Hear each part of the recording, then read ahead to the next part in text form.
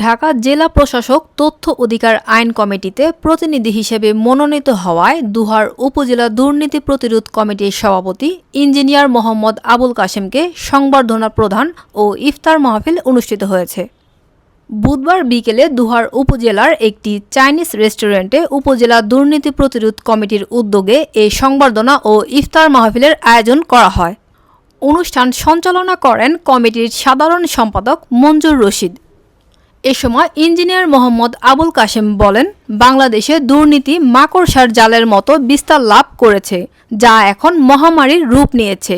দুর্নীতিমুক্ত বাংলাদেশ গড়তে আমাদের সবাইকে দৃঢ়প্রতিজ্ঞ হয়ে কাজ করতে হবে। গণপ্রজাতন্ত্রী বাংলাদেশের জনগণ দেশ পরিচালনার সকল ক্ষমতার মালিক। জনগণের ক্ষমতায়নের জন্য তথ্য অধিকার নিশ্চিত করা অত্যাবশ্যক।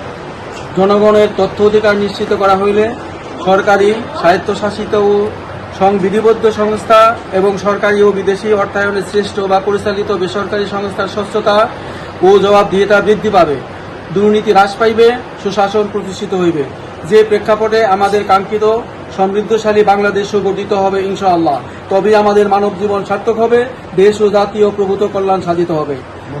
দুর্নীতি বাংলাদেশে মাকড়সার জালের ন্যায় এমনভাবে বিস্তার লাভ করেছে যে তা মহামারীর রূপ ধারণ করেছে, যার প্রতিবিম্ব দুর্নীতির করাল গ্রাস, উন্নয়নের হয় সর্বনাশ। যা দুর্নীতি প্রতিরোধের মাধ্যমে সমাধান করা সম্ভব, কারণ প্রতিষেধকের চেয়ে উত্তম, অর্থাৎ প্রিভেনশন ইজ বেটার দেন কিউর।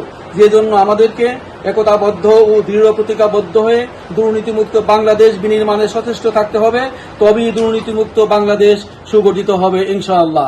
আসুন আমরা সবাই মিলে বাংলাদেশকে একটি সমৃদ্ধশালী দুর্নীতিমুক্ত বাংলাদেশ হিসাবে গঠন করতে সচেষ্ট হই, তবেই আমাদের জীবন, আমাদের বাংলাদেশের কর্মকাণ্ড সাফল্যমণ্ডিত হবে ইনশাআল্লাহ।